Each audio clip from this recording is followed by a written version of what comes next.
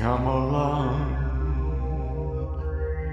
with me through the long, beautiful gallery of my life.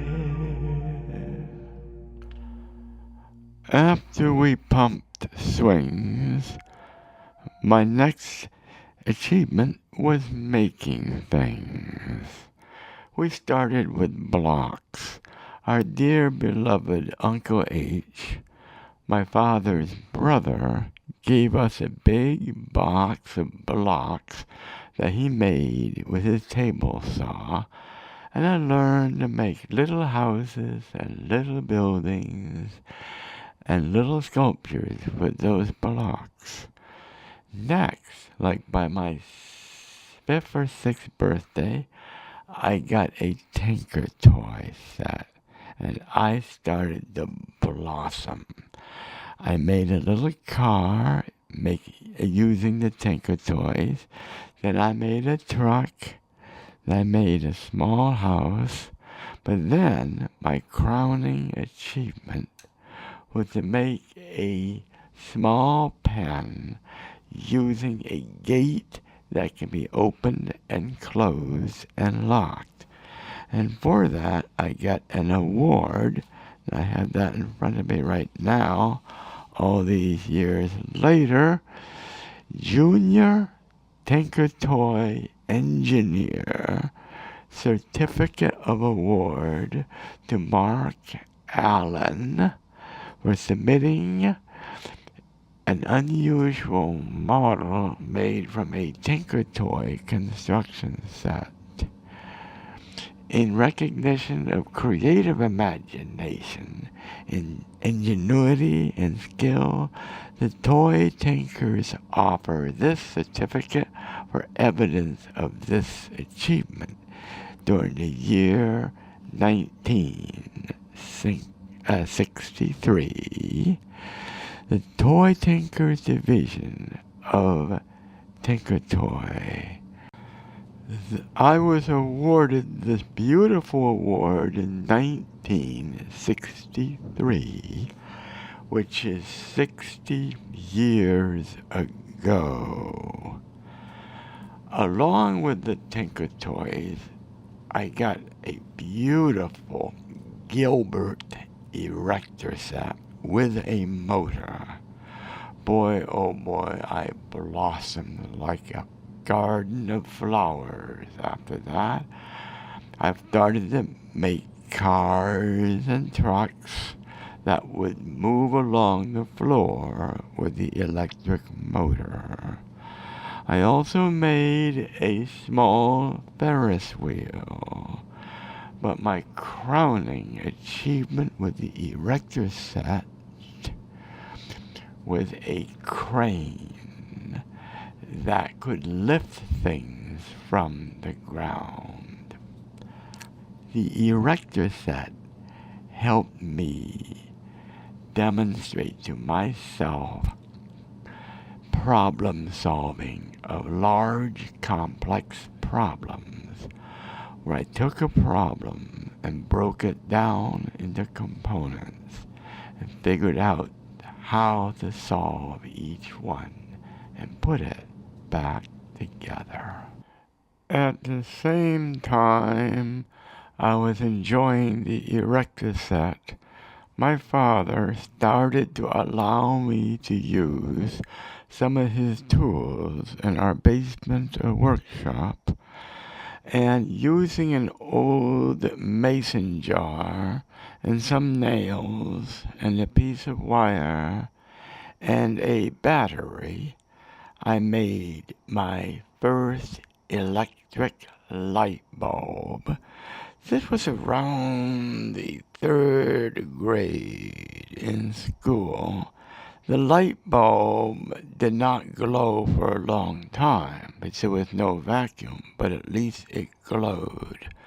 The electricity from the battery caused the wire to get very, very hot and glow in the dark, which is the same way that light bulbs glowed at the same time.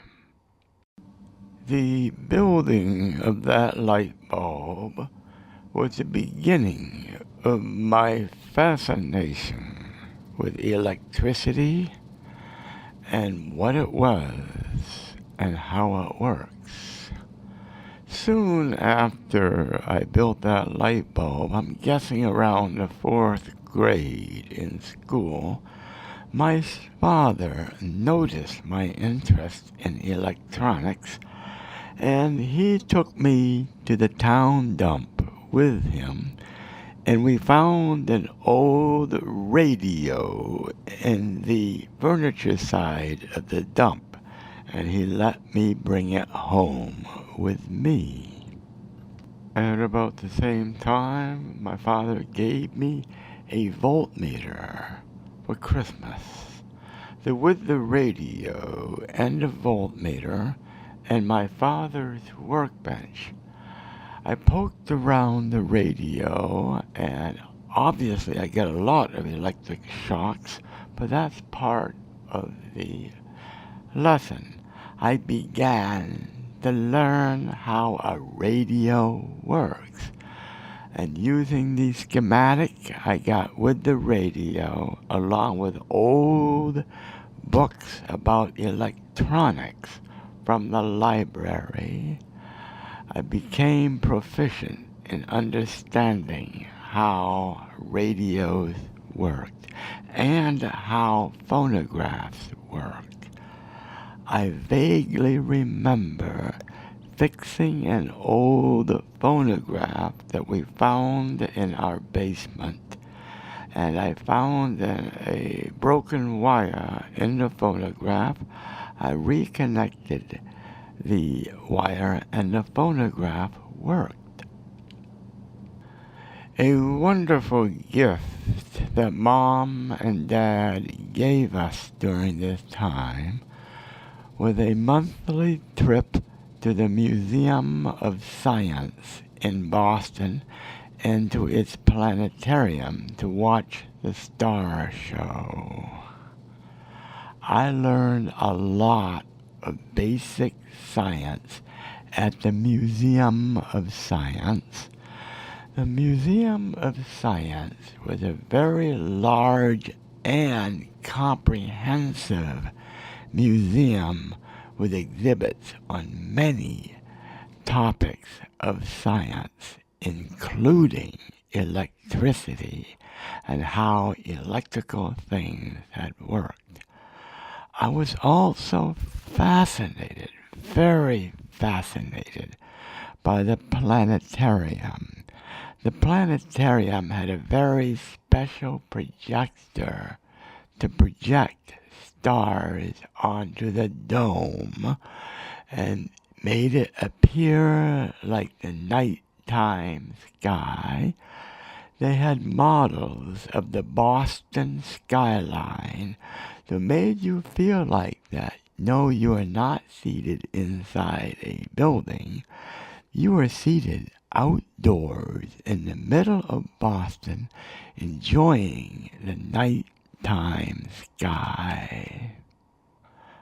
The staff of the Museum of Science in Boston was very, very helpful, very willing to reach out to children and explain to us how things worked.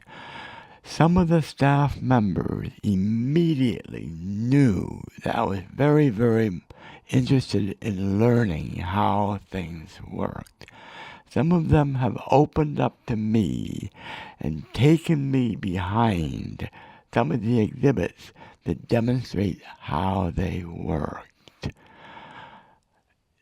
The most fascinating person that I met at the Museum of Science in Boston was the technical director of the planetarium. When I was about 10 to 12 years old, he took me behind the console and into the special room where the sound equipment was located, and he explained to me the technical details on how the multi-channel sound system for the planetarium worked, and he explained it to me that was both clear to me and respected me as a very interested person on how electronics work. To this day, I felt that he and I treated each other as professionals.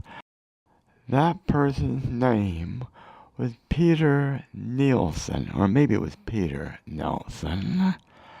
He recognized immediately that I could understand things very, very well, and he really gave me a long-lasting lesson on how things work.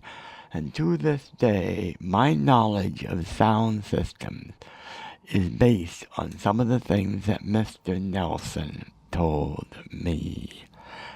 Mr. Nelson's wonderful treatment of myself is how I model my own behavior as a docent to our Spark Museum here in Bellingham. Well, with that, let's end this chapter of Come Along, and I will tell you more about my fascinating journey in electronics and technology later on. So until then, I love you all, and if you see me singing and dancing on the streets, please reach out to me and let me explain things to you as Peter Nelson explained to me at the Museum of Science in Boston.